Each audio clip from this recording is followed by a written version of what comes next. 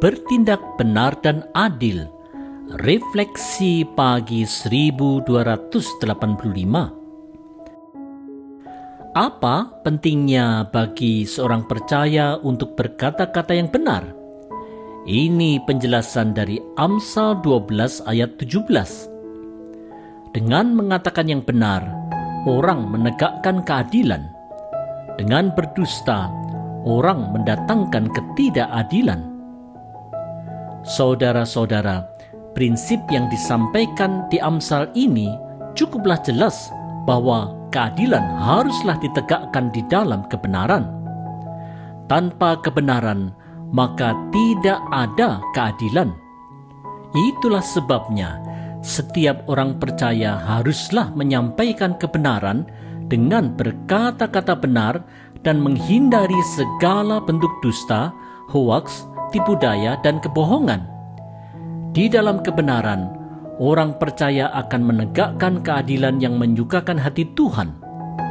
Di dalam kebenaran dan keadilan, nama Tuhan akan ditinggikan.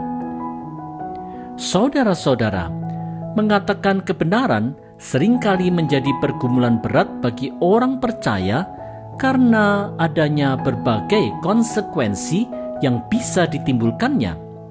Konsekuensi itu bisa saja berupa berkurangnya laba, jatuhnya harga diri, potensi aniaya fisik, adanya hinaan, tidak tercapainya target, dan berbagai macam kerugian lainnya. Dengan berbagai pertimbangan, banyak orang percaya yang kemudian ikut melakukan berbagai dusta dan berbuat tidak adil. Ini tentulah hal yang harus diwaspadai, karena jelas-jelas Tuhan tidak berkenan atas segala bentuk dusta dan ketidakadilan. Oleh sebab itu, wahai orang percaya, marilah kita terus belajar untuk berkata-kata benar. Itulah hal yang membawa kemuliaan bagi Tuhan.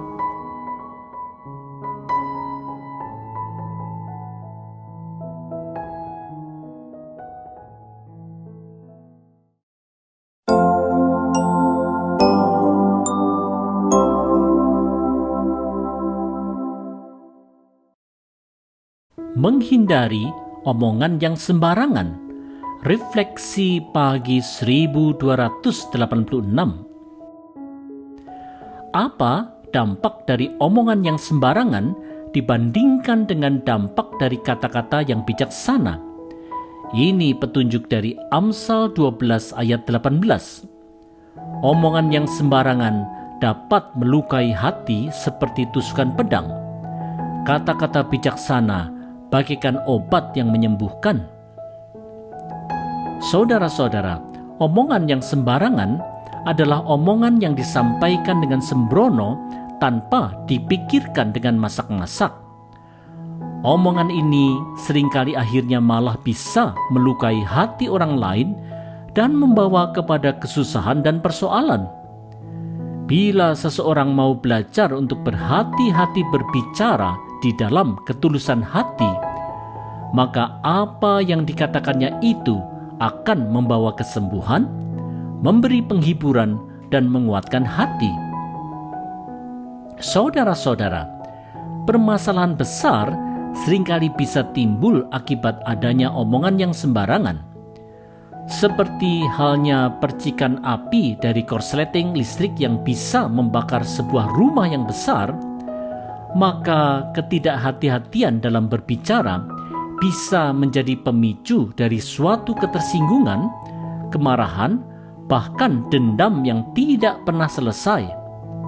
Dalam panggilan orang Kristen sebagai pembawa terang dunia, omongan yang sembarangan ini tentulah bisa dihindarkan bila orang percaya mau menjaga mulutnya untuk selalu berupaya menyampaikan kata-kata yang membangun, yang selaras firman. Ini tentu perlu kedewasaan sikap yang didasarkan pada pertumbuhan iman. Mari kita hindarkan omongan sembarangan.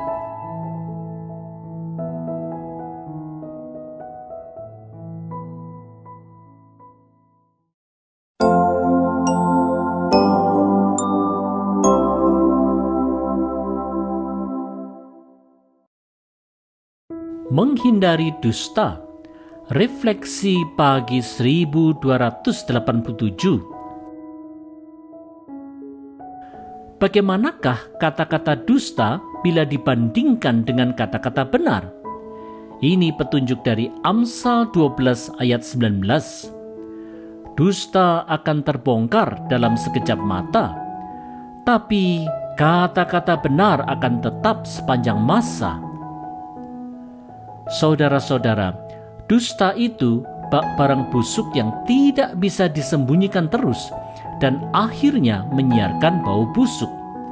Cepat atau lambat, kebenaran akan dinyatakan juga. Karena semua kebenaran itu bersumber dari Allah yang Maha Kuasa, maka kebenaranlah yang akan bertahan sepanjang masa, seberapapun gencarnya dusta itu dikumandangkan. Melalui kata-kata yang benar, setiap orang akan mengarahkan hati dan pikirannya dengan apa yang berkenan di hati Tuhan. Berkata-kata benar memang hal yang dikenan Tuhan. Saudara-saudara, di masa kini lalu lintas informasi terasa begitu banyak dan begitu padat, sehingga banyak orang yang tidak lagi bisa membedakan mana informasi yang benar dan mana informasi yang tidak benar. Demi kepentingan pribadi, kelompok ataupun kepentingan politik, ada saja pihak yang dengan sengaja menyebarkan berita bohong atau hoaks untuk membangun opini, mengejar like dan subscriber, ataupun untuk membangun citra diri ataupun citra kelompok. Kebenaran tidaklah dipentingkan lagi. Oleh sebab itu, berkata-kata benar, baik dalam ucapan maupun dalam tulisan, sudah sepantasnya lah diupayakan oleh setiap orang percaya, karena itulah yang berkenan di mata Tuhan. Mari hindari kata-kata dusta. Ayo berkata-kata benar.